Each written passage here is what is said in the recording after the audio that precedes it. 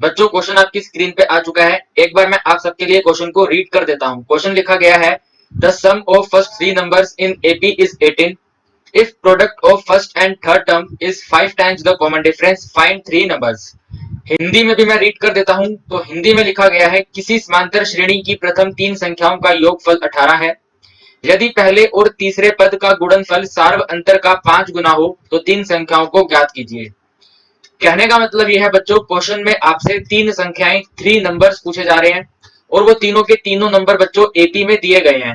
तो बच्चों आपको इस बात का हमेशा ध्यान रखना है, जब भी आपके पास क्वेश्चन आए और उनमें तीन नंबर एपी में दिए जाएं तो आप उसके अंदर हमेशा बच्चों फर्स्ट नंबर को लेट करेंगे ए माइनस डी, सेकेंड नंबर को लेट करेंगे ए और थर्ड नंबर को लेट करेंगे बच्चों ए प्लस में डी। दोबारा से सुनिए बच्चों, जब भी आपके एग्जाम में तीन नंबर पूछे जाएं, आप हमेशा ही इस तरह के क्वेश्चन में फर्स्ट नंबर को लेट करेंगे ए माइनस बी, सेकेंड नंबर को लेट करेंगे ए और थर्ड नंबर को लेट करेंगे ए plus D.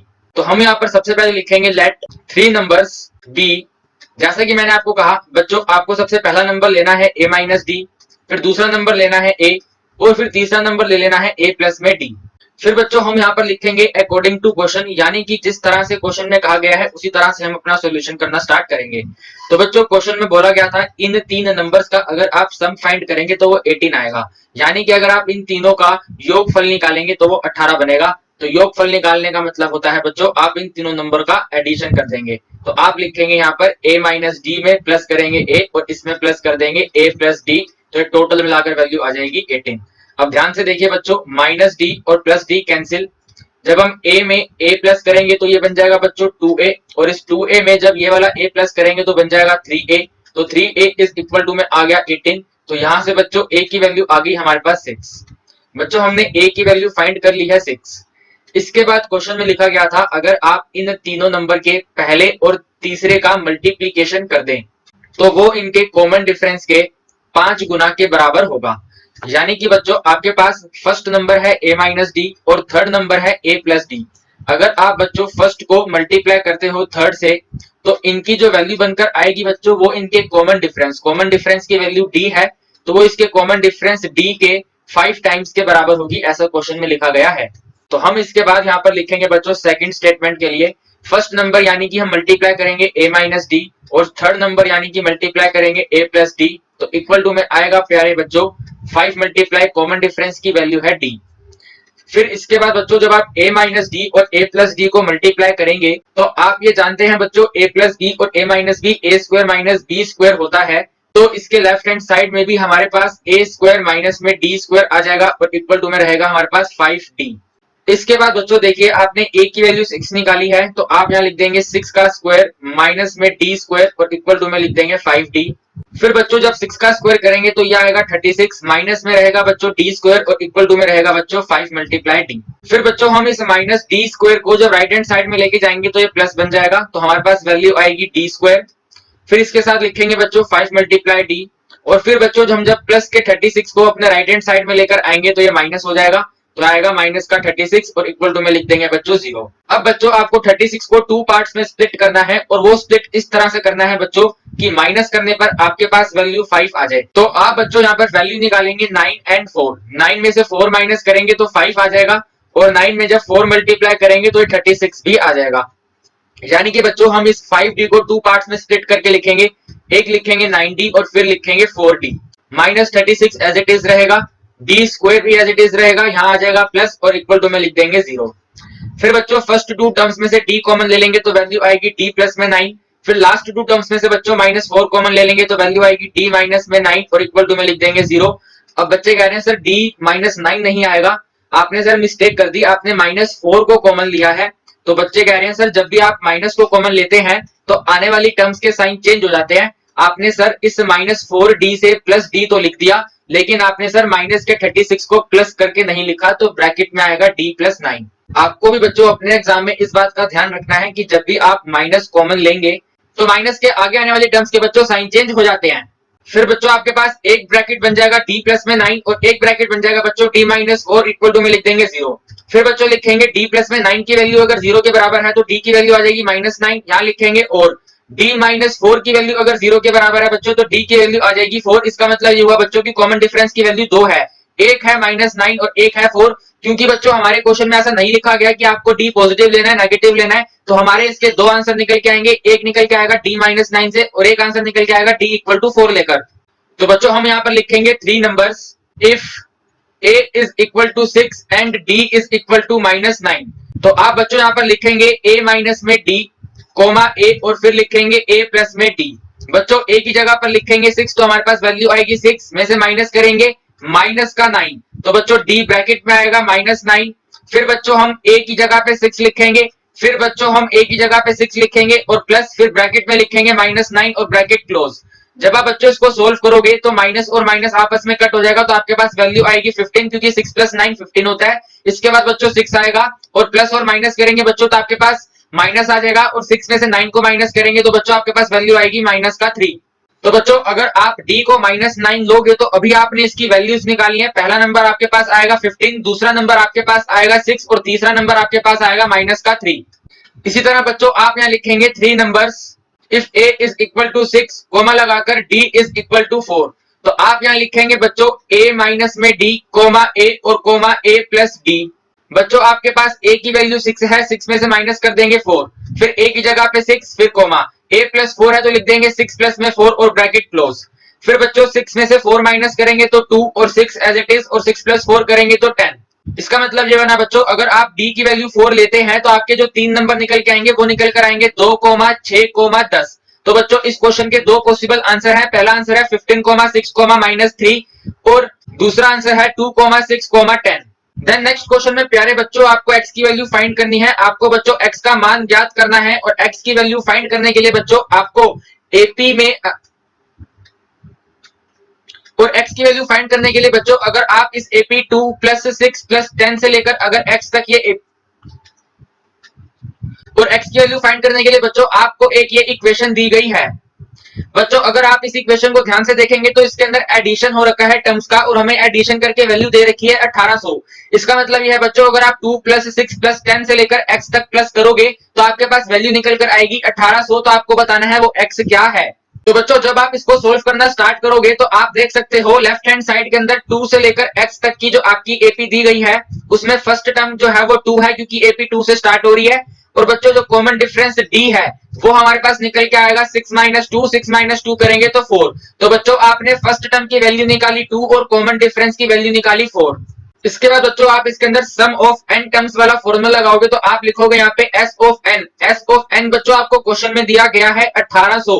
s of n में बच्चों इस बार आप इस n की जगह पर अपनी लास्ट टर्म लिखेंगे यानी कि आपको ये जो x दिया गया है तो आपके पास यहाँ पे वैल्यू बनेगी बच्चों s x is equal to में 1800। फिर बच्चों आप जब फॉर्मूला लगाएंगे तो आप ये जानते हैं इसका फॉर्मूला होता है n divided by 2 multiply bye 2a plus में n माइनस 1 मल्टीप्लाई d। आपको बच्चों n की जगह पर लिखना है x, आपको बच्चों a की जगह पर लिखना है 2 और आपको बच्चों d की जगह पर लिखना है 4। तो आप यहाँ पर लिखेंगे x divided by 2 2 multiply bye a की जगह पे 2 फिर प्लस में n की जगह पर x माइनस में 1 d की जगह पर 4 और इक्वल टू में लिख दिया 1800। बच्चे कह रहे हैं सर आपका x जो है वो n के जैसा लग रहा है। तो बच्चों इसके आगे की स्टेटमेंट्स में मैं हर जगह पर x ही लिखूंगा क्योंकि हमें क्वेश्चन में x की वैल्यू ही फाइंड करनी है। ये बात मैंने आपको पहले ही बता दी है कि n की जगह पर मैंने x वैल्यू लिखी है तो आप इसमें डाउट नहीं रखेंगे कि मेरा n x लग रहा है या मेरा x n लग रहा है।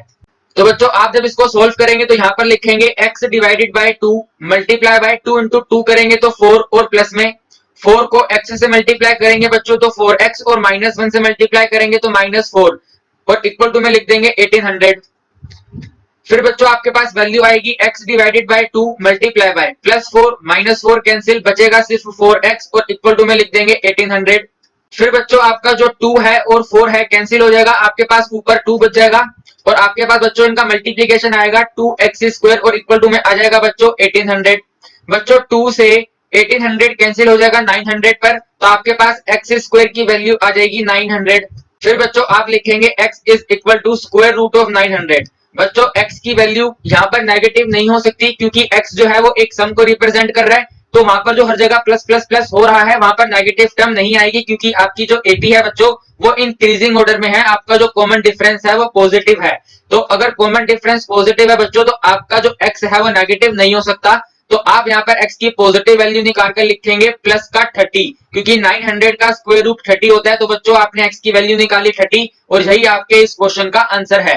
देन नेक्स्ट क्वेश्चन के अंदर बच्चों आपको सम फाइंड करना है और वो सम बच्चों आपको 2 डिजिट्स नंबर का फाइंड करना है। और बच्चों वो 2 डिजिट नंबर ऐसा नंबर होना चाहिए जिसको अगर आप 5 से डिवाइड करो तो उसका रिमाइंडर हमेशा बच्चों 2 बचे। आप इस बात को बच्चों इस एग्जांपल से समझने की कोशिश करो। अगर आपके पास एक नंबर है 22 और अगर आप इसे 22 नंबर को बच्चों 5 से डिवाइड करो तो आप कहेंगे सर ये 4 से डिवाइड होगा और वैल्यू आएगी 20 और इसमें से जब माइनस करेंगे तो हमारे पास रिमाइंडर आएगा 2।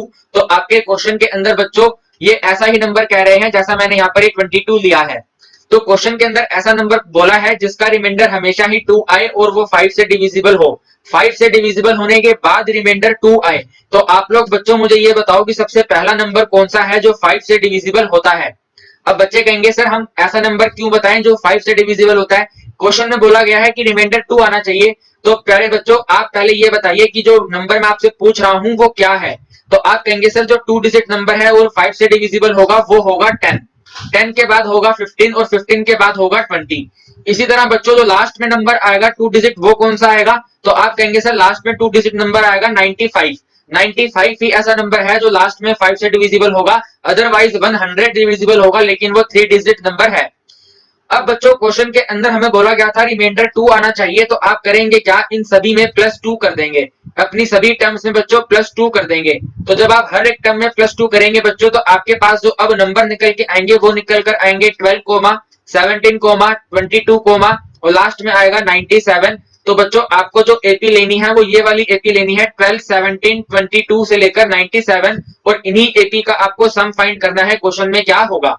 तो बच्चों हमने अभी एपी फाइंड करी है और मैंने आपको बताया है कि आप जो इसके अंदर एपी लोगे वो 12 से स्टार्ट करोगे, 12 के बाद 17 लिखोगे, 17 के बाद 22 लिखोगे और अपना लास्ट नंबर यहाँ पर लिखोगे आप 97। फिर आपके पास बच्चों जो इसकी फर्स्ट टर्म है वो 12 है और बच्चों कॉमन डिफरेंस की वैल्यू क्वेश्चन में ही दी गई है 5, अदरवाइज आप इसको माइनस भी कर सकते हैं 17 माइनस में 12। इसके बाद बच्चों आपके पास ये जो 97 लिखा गया है ये लास्ट टर्म है तो हम यहाँ लिखेंगे an इज इक्वल टू 97। फिर बच्चों इसके अंदर हम फॉर्मूला लगाएंगे a प्लस में n माइनस में 1 multiply d is equal to में 97 और यहाँ से बच्चों हम इस n की वैल्यू फाइंड करेंगे। तो बच्चों जो a की वैल्यू है वो है 12 प्लस में n minus 1 as it is और d की वैल्यू 5 इक्वल टू में लिख देना है 97। फिर बच्चों ये जो प्लस का 12 है राइट हैंड साइड में आके माइनस होगा तो हमारे पास वैल्यू आएगी 97 माइनस में 12 और 97 में से 12 माइनस करेंगे तो बच्चों आएगा 85।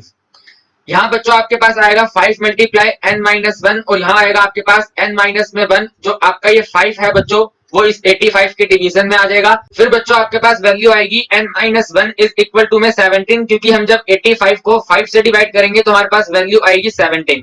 फिर बच्चों आप यहाँ लिखेंगे n is equal to 17 plus में 1 और बच्चों आपके n की वैल्यू आ जाएगी 18। इसका मतलब ये बना बच्चों की 12 से लेकर 97 जो ये नंबर लिखे गए हैं ये टोटल नंबर बच्चों 18 नंबर है। तो आपको बच्चों इसके अंदर इन 18 नंबर्स का सम फाइंड करना है। तो अब आप यहाँ पे लिखेंगे Sn is equal to n divided by 2 multiply 2a plus में n माइनस में 1 multiply d bracket close. n की जगह पर बच्चों लिखेंगे 18 इज इक्वल टू n की जगह पर 18 डिवाइडेड बाय 2 मल्टीप्लाई बच्चों a की जगह पर लिखना है 12 तो 2 मल्टीप्लाई बाय 12 फिर प्लस में n की जगह पर लिखना है 18 माइनस में 1 और बच्चों d की जगह पर लिख देना है 5। फिर बच्चों आपके पास वैल्यू आएगी 18 डिवाइडेड बाय 2 मल्टीप्लाई बाय 12 को 2 से मल्टीप्लाई करेंगे तो 24 और 18 में से 1 माइनस करेंगे तो 17 और 17 में 5 मल्टीप्लाई करेंगे तो प्लस का आपके पास आ जाएगा 85। फिर बच्चों 2 से 18 कैंसिल हो जाएगा 9 पर तो आपके पास वैल्यू आएगी 9 मल्टीप्लाई बच्चों जब हम 85 में 24 प्लस करेंगे तो वैल्यू आएगी 109 क्योंकि 5 प्लस 4 बन जाएगा 9 और 2 प्लस 8 बन जाएगा 10। तो 9 मल्टीप्लाई बाय 109 और जब 109 को बच्चों 9 से मल्टीप्लाई करेंगे तो 9 इंटू में 9 81 और 9 वन जा 9। तो आपका फाइनल आंसर आ गया बच्चों 981 981 आपका आंसर आया है अगर आप 12 से लेकर 97 तक की समांतर श्रेणी का योगफल ज्ञात करेंगे। देन नेक्स्ट क्वेश्चन बच्चों आपकी स्क्रीन पे आया है और आपको बोला गया है इन ए फ्लावर बेड। बच्चों फ्लावर बेड का मतलब होता है एक ऐसा गार्डन जिसके अंदर फ्लावर ही फ्लावर हैं। और फिर आगे बोला गया है बच्चों आपने अपने गार्डन में जो फ्लावर बेड बनाया है उस फ्लावर बेड के अंदर बच्चों जो फर्स्ट रो है पूरी कंप्लीट फर्स्ट रो है उसके अंदर 23 रोज प्लांट्स लगा रखे हैं आपने। इसी तरह बच्चों आपके उसी फ्लावर बेड में जो सेकंड रो है उसके अंदर आपने 21 प्लांट्स लगा रखे हैं। इसी तरह बच्चों आपके पास जो थर्ड रो है उसके अंदर आपने 19 प्लांट्स लगा रखे हैं। तो बोला गया है क्वेश्चन के अंदर, अगर आपके पास बच्चों लास्ट रो में 5 रोज प्लांट्स होते हैं तो आपको बतानी है कि इसमें कितनी नंबर ऑफ रोज का यूज किया जाएगा। तो इसका मतलब साफ साफ ये बना बच्चों, अगर आप अपनी एपी कंस्ट्रक्ट करना चाहेंगे तो आपके पास बच्चों ये जो फर्स्ट रो है जहां पर मैं रो 1 लिख रहा हूं, इस रो 1 में बच्चों आपके पास 23 प्लांट्स हैं। फिर बच्चों आपके पास जो रो 2 है, सेकंड रो में बच्चों आपके पास 21 प्लांट्स हैं। इसके बाद बच्चों जो रो 3 है, इस रो 3 में बच्चों आपके पास 19 प्लांट्स हैं। इसी तरह ये कहानी चलती जा रही है, चलती जा रही है, चलती जा रही है। और लास्ट में बच्चों, लास्ट का मतलब हमें नहीं मालूम तो लिख देते हैं आर एन, जो nth रो है, इसके अंदर आपके पास अगर 5 प्लांट्स हो तो आपको बताना है बच्चों की कितनी नंबर ऑफ रोज का आपने इसमें यूज किया है। तो इसका मतलब ये है बच्चों कि हमारे पास एपी बनकर आई है 23, 21, 19 और लास्ट में आया है 5। हमारे पास बच्चों एपी की फर्स्ट टर्म की वैल्यू है 23। हमारे पास बच्चों कॉमन डिफरेंस की वैल्यू निकल कर आएगी 21 माइनस में 23 यानी कि -2। और हमारे पास बच्चों लास्ट टर्म यानी कि ए एन की वैल्यू है 5। और बच्चों हमें इसके अंदर से अब इस n की वैल्यू बतानी है, क्या बनेगी। तो इसके लिए आप यहाँ पर फॉर्मूला लगाएंगे a प्लस में n-1 multiply d is equal to 5।